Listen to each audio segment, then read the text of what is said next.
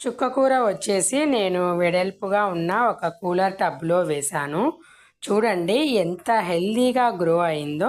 చుక్కకూర అండ్ కొత్తిమీర ఒకే టబ్లో వేశాను. ఒక సైడు కొత్తిమీర వేశాను, ఒక సైడు చుక్కకూర వేశాను.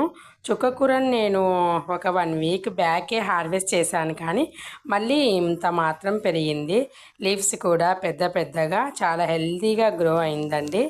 చుక్కకూర పప్పు పుల్ల పుల్లగా చాలా బాగుంటుంది. వీటితోటి మనం పచ్చడి కూడా చేసుకోవచ్చు చుక్కకూరతోటి. ఇదిగోండి లీవ్స్ చూడండి, బాగా పెద్ద పెద్దగా వచ్చాయి.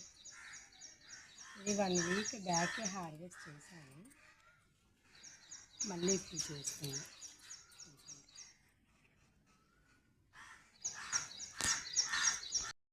ఇది బంచి దాకా కట్ చేసుకున్నాం, పప్పుకే కదా సరిపోతుంది.